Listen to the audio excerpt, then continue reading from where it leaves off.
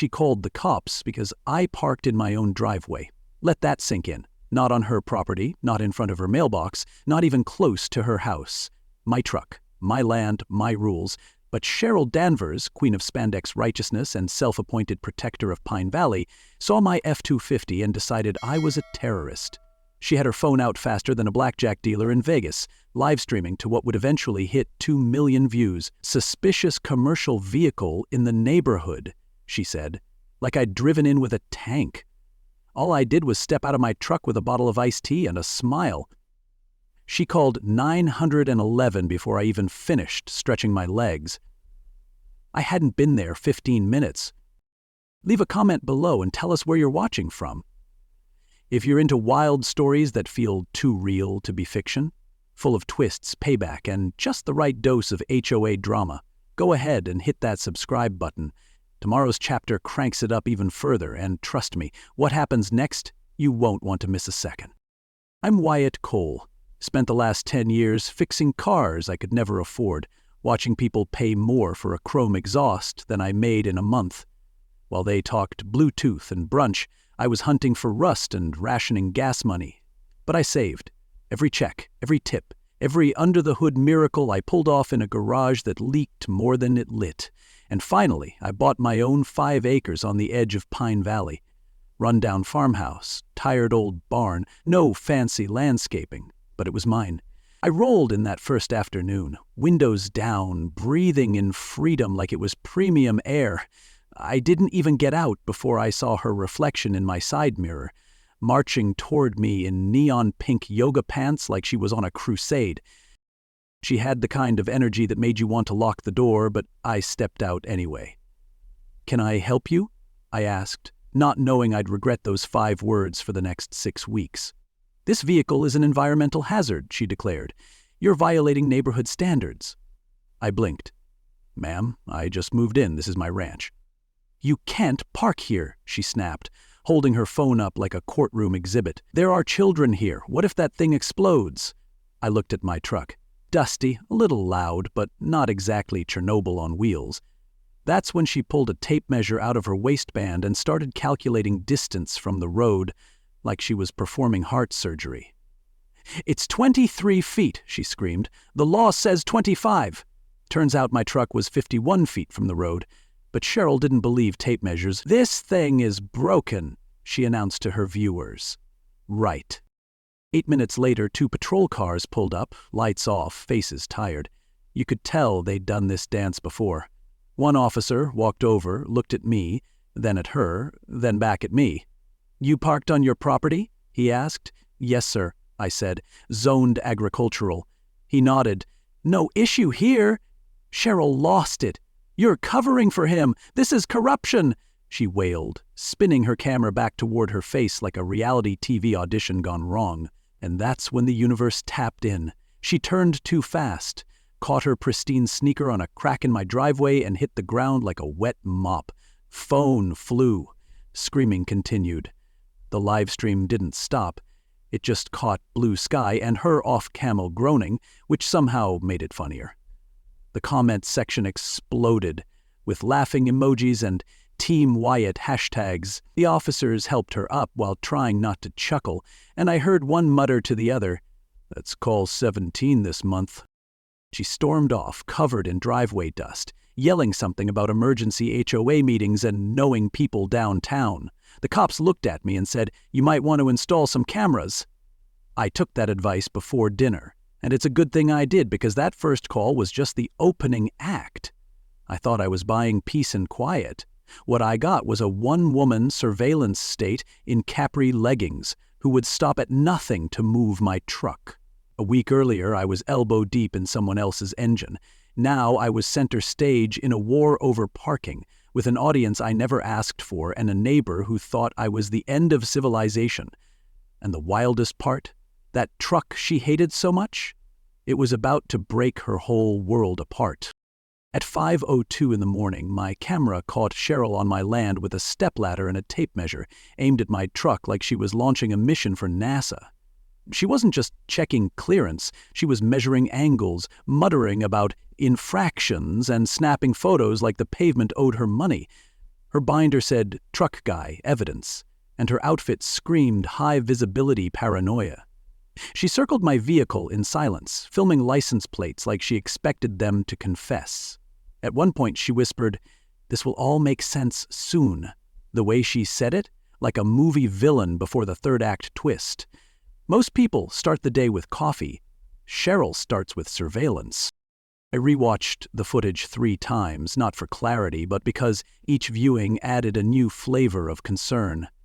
She didn't just take photos. She brought a ladder to get aerial shots of my truck. Who brings a ladder at dawn to photograph a vehicle that hasn't moved? Then it hit me. This wasn't a neighborly complaint.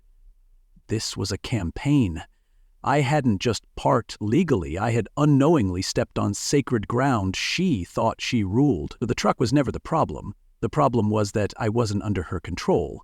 And in her HOA-fueled fantasy, that made me a threat. I wasn't the only one who noticed. That afternoon, a woman named Trina Ross knocked on my door. She was one of the neighbors who had quietly observed Cheryl's chaos from a safe distance. Until now. Trina was a civil rights attorney, retired but sharp, and she came holding a folder thicker than the HOA bylaws. "I figured you could use some background," she said, handing it over. Inside, photos, emails, even screen grabs from next door. The big one? A photo of Cheryl standing outside the Riverside Motel, camera in hand, catching Douglas Briggs, our trembling HOA president, locked in a not-so-innocent kiss with someone who was definitely not his wife.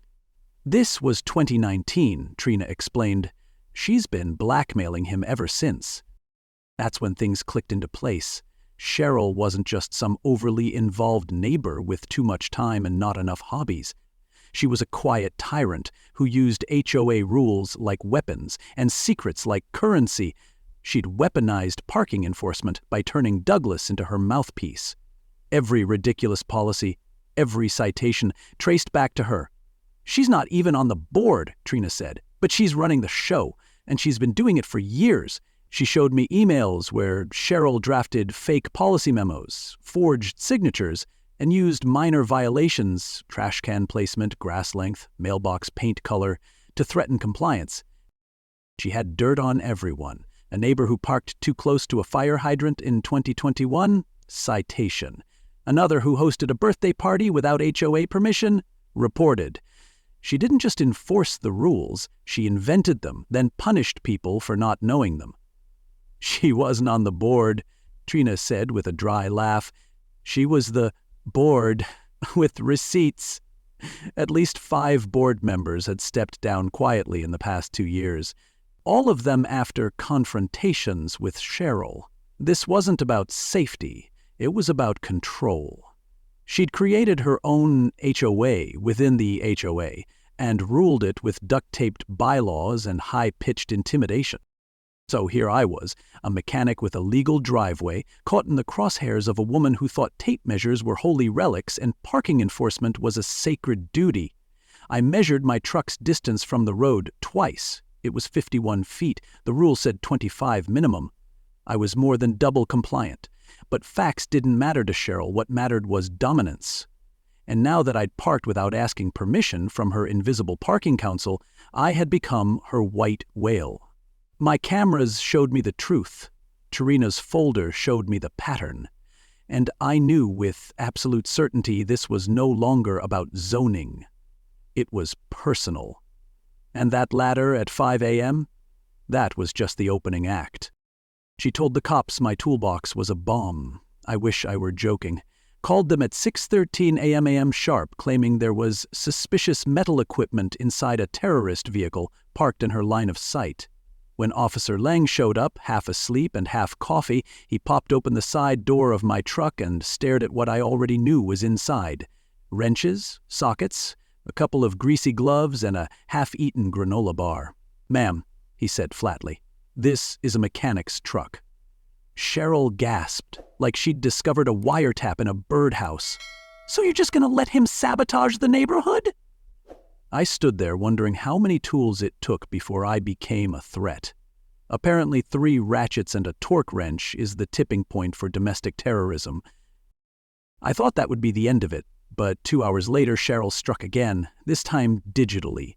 She posted a 17-photo expose on the neighborhood social app titled Mechanic Mayhem, the Threat in Plain Sight. She used pictures of my truck, taken at odd angles, to make it look like it was leaking oil, smoking, and somehow hauling barrels of chemicals. One of the photos had clearly been doctored. My head was swapped with a man in sunglasses holding a crowbar. The comments poured in. Is this real? Should we be worried? Why is he even here? I tried responding, but she deleted my comment and blocked my account. She wasn't sharing concerns. She was staging a character assassination, one parking space at a time. That post traveled fast, faster than truth, as always. By that evening, I got a call from my biggest client, a luxury auto restoration shop I'd worked with for years. The owner didn't even let me speak. Wyatt, I'm sorry. We've had a dozen calls about your address. They're saying you're under investigation. I know it's probably nothing, but we can't risk our customers seeing this. We'll revisit the contract in a few months. Hung up in silence, listening to the click like it had just slammed a door in my career. 10 grand a year, gone. Because of edited photos and a woman with a vendetta against vehicles parked under trees. It wasn't the money that burned. It was the fact that she was winning. With lies. That night, I sat on the porch staring at the truck she hated so much. Same truck that got me through years of side jobs and midnight call-outs. Same truck I slept in once when my first apartment flooded. Now it was public enemy number 1. And just as I was sinking into that black hole of what the hell do I do now, I got a message. Maya Wynn, investigative journalist. Her message was short. I've seen this pattern before. Cheryl Danvers isn't just a problem. She's a parking predator. Want to talk? We met the next morning at a diner. She opened her laptop and showed me screenshots, not of me, but of 3 other men from different towns, different states, each with similar stories. Legal parking, false reports, public humiliation, lost income. It was like watching reruns of my own disaster. Maya pulled out a manila envelope and handed me printed statements from former neighbors. A guy in Arizona lost his handyman business after she claimed his ladder rack was a threat to power lines. A woman in Texas was fined repeatedly for excessive driveway activity after Cheryl declared her kids' chalk drawings graffiti. Maya called it suburban warfare, said Cheryl latches onto parking policy like a tick, inserts herself into parking policy, then starts crafting chaos. She doesn't want peace, Maya said. She wants a stage. But none of it prepared me for what I saw the next morning while checking my front camera. A paper had fallen into Cheryl's windshield during one of her morning patrols. It was barely visible, but I zoomed in. HOA Parking Enforcement Committee Charter, dated 1987.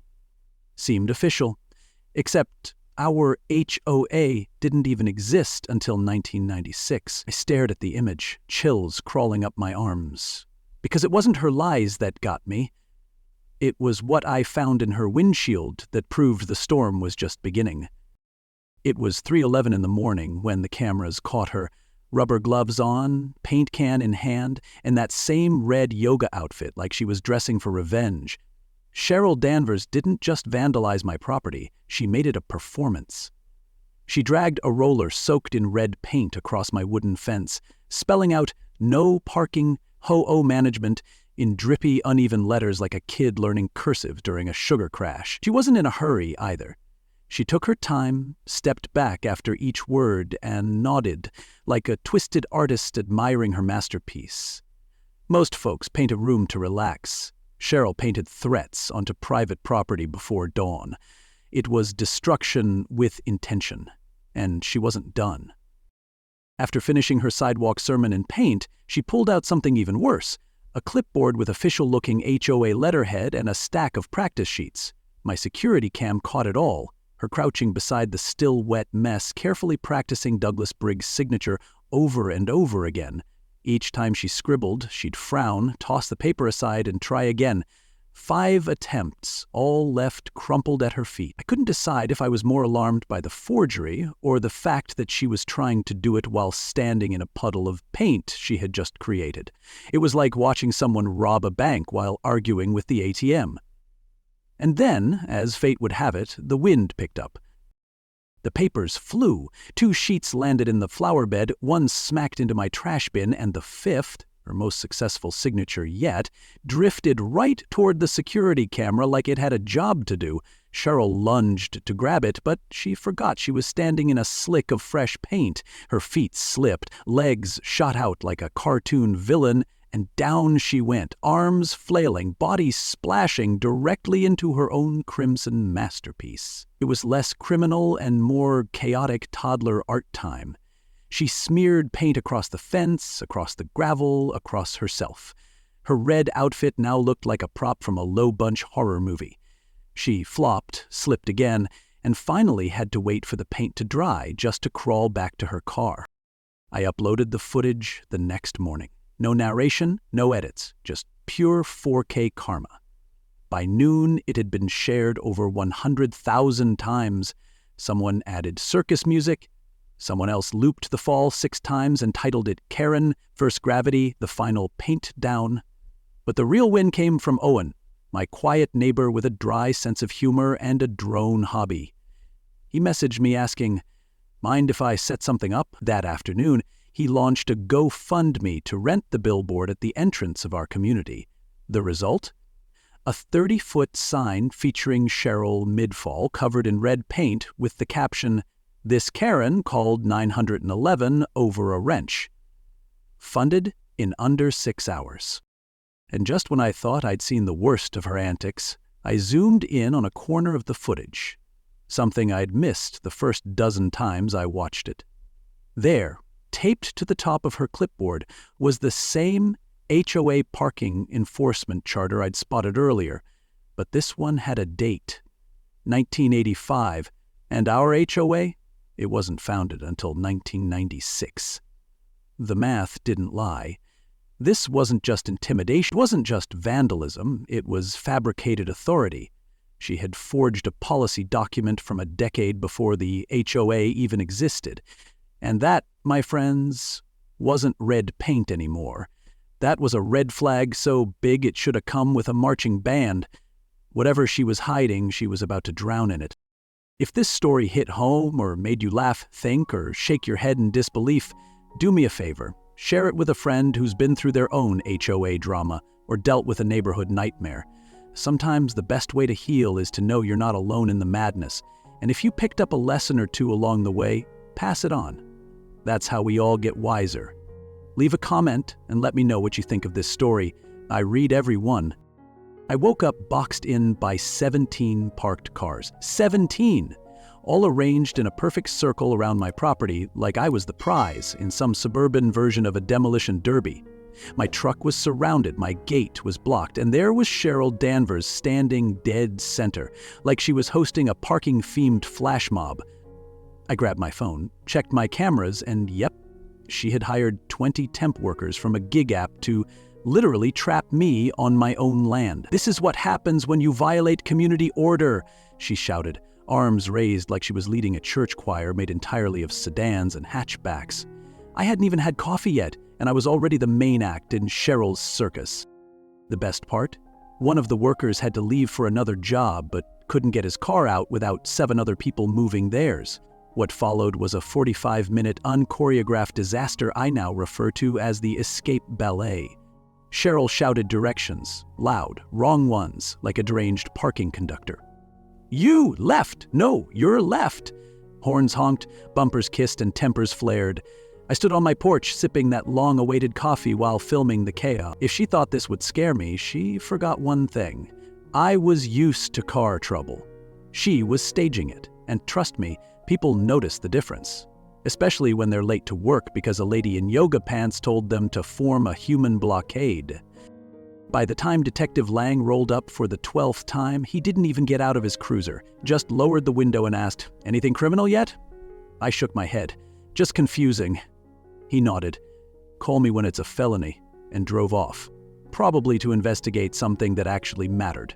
Meanwhile, Owen, the neighbor who'd once kept quiet, walked over holding his phone like it was radioactive. "Wyatt, I need to show you something." Cheryl had accidentally posted an email to the HOA group before deleting it. Owen screenshot it. The subject line? How to frame a mechanic. Inside was her detailed plan to stage a hazardous spill and report me to environmental services. I thought she was just intense, Owen said. Now I think she's dangerous. That's the thing about silence. It only lasts until the noise gets too loud. With Owen now firmly on my side and Trina helping from the legal angle, we started digging. And by digging, I mean breaking into the ancient HOA computer system that hadn't been updated since dial-up internet was a thing. The login still had a floppy disk icon. I'm not exaggerating when I say the password was Briggs123. We opened the files and there it was, page after page of fines. Dozens, all issued to neighbors for things like suspicious gardening and parking with insufficient symmetry. Many of them signed Douglas Briggs, but the digital signature was clearly pasted from a JPEG. I looked at Trina. These are forged? She nodded. And probably illegal. That hard drive? Older than her fake HOA charter, and a whole lot more honest. Then came the real jackpot. A spreadsheet titled Alt Revenue, Revenue, Operations. The numbers didn't lie. Over $20,000, 0 cents in fines collected in just under 2 years. Fines no one remembered approving. Fines that had no receipts, no policy backing, and no paper trail beyond Cheryl's fabricated memos. This wasn't petty harassment. It wasn't even creative HOA policy. This was fraud, organized, systemic, and deliberate. She hadn't just weaponized the HOA. She'd turned it into her personal cash register. And now we had the receipts, the signatures, and the screenshots to prove it. But the craziest part? There was still one more file, one more folder labeled Pilot Logan. Do not open. If you found this story helpful or just a little too familiar, send it to a friend who's been through their own HOA mess or neighbor drama. Sometimes a wild tale like this is exactly what someone needs to feel seen or have a good laugh.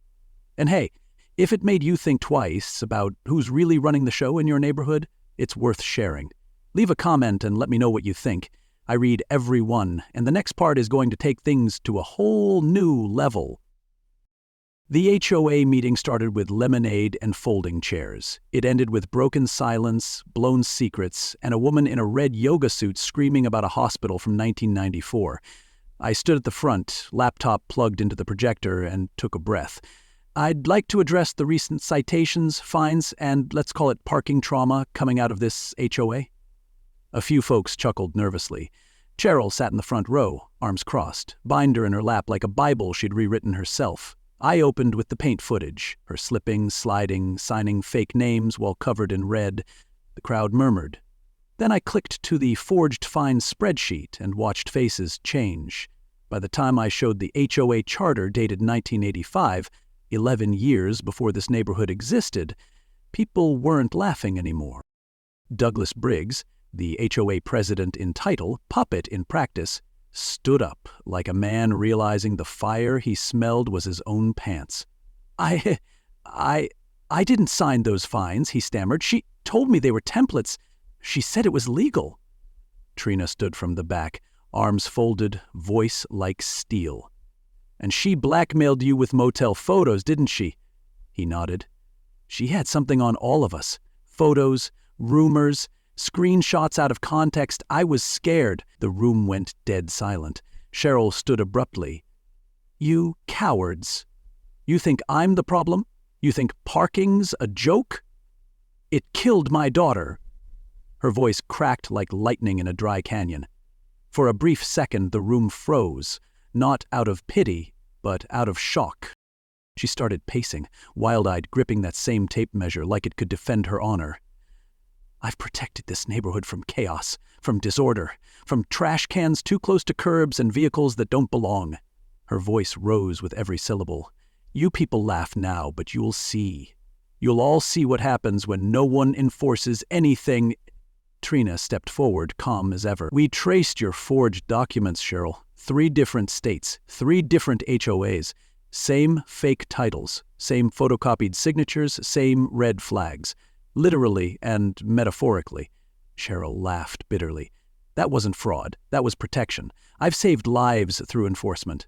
It was like watching someone pull the fire alarm and claim they were just testing the system. In the back, Owen whispered to his wife, "She's gone full sitcom villain."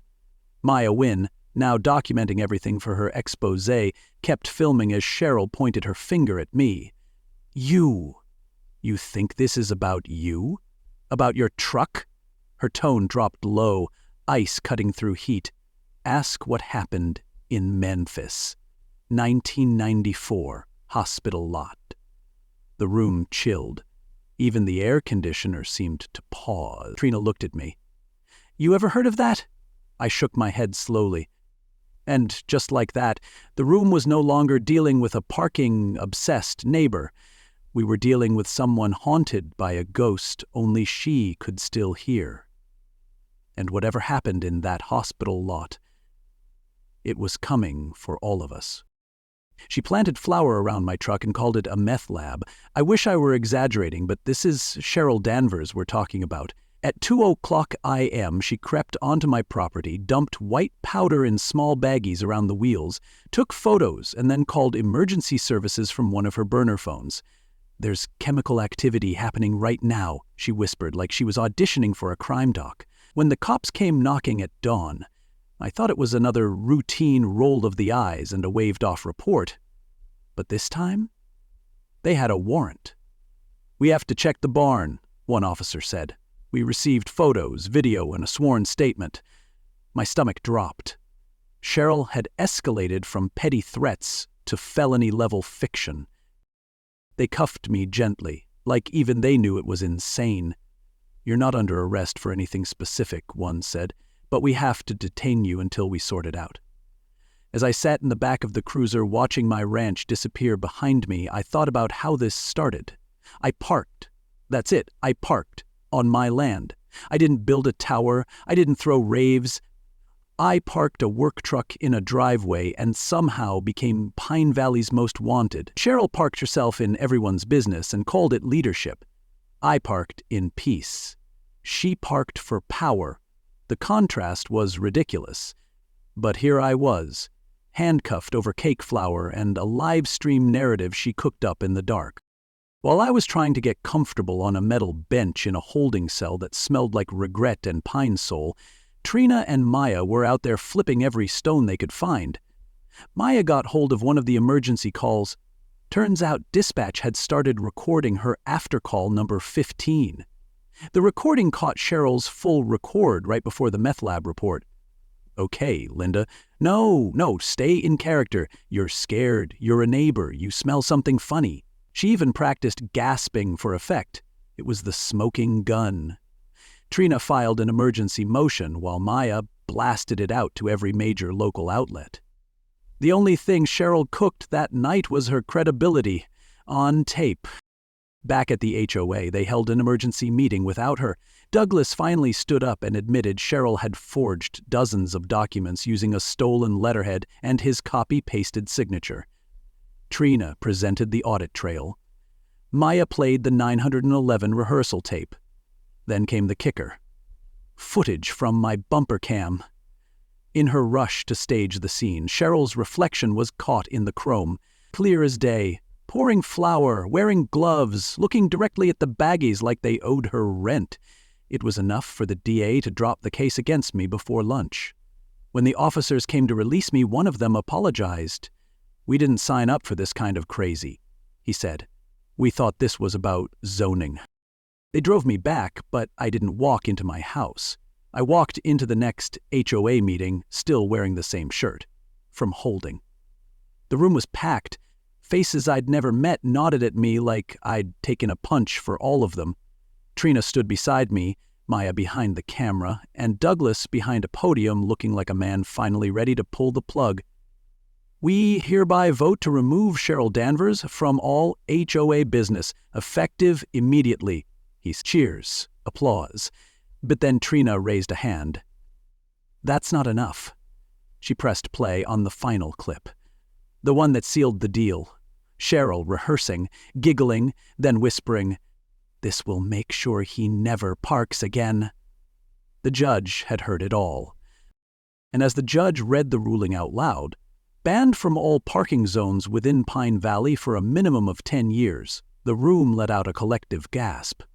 That included driveways, lots, curbs, even sidewalks within 100 feet of any legal space. No car, no power, no control. She wasn't just kicked off the HOA, she was banished from the very thing she'd weaponized, parking. And in that moment, every fine she'd issued, every fake memo she'd drafted, every call she'd made, it all collapsed like a house of expired permits. But the story wasn't over, because just before they dragged her out, she looked at me, eyes burning, and muttered, "Memphis, 1994, you have no idea what you started." And brother, she was right about one thing. This thing ran deeper than I ever imagined. She tried to control the streets. Now she can't step near a driveway. The judge's ruling was crystal clear. Cheryl Danvers is prohibited from coming within 100 feet of any parking space in Pine Valley, public, private, or imaginary, for the next 10 years. That includes curbs, garages, cul-de-sacs, and anything with painted lines. When the judge said it, she didn't even raise her voice. "You used parking to destroy lives," she said. "Now you don't get to be near it." The courtroom gasped like a sitcom audience on cue. Even the bailiff cracked a grin. Cheryl screamed about constitutional violations of parking liberty. But the gavel had spoken. For the first time in 17 years, the streets of Pine Valley exhaled. Her house, bought cheap, leveraged hard, was seized to pay restitution. Trina made sure every resident she fined got their money back.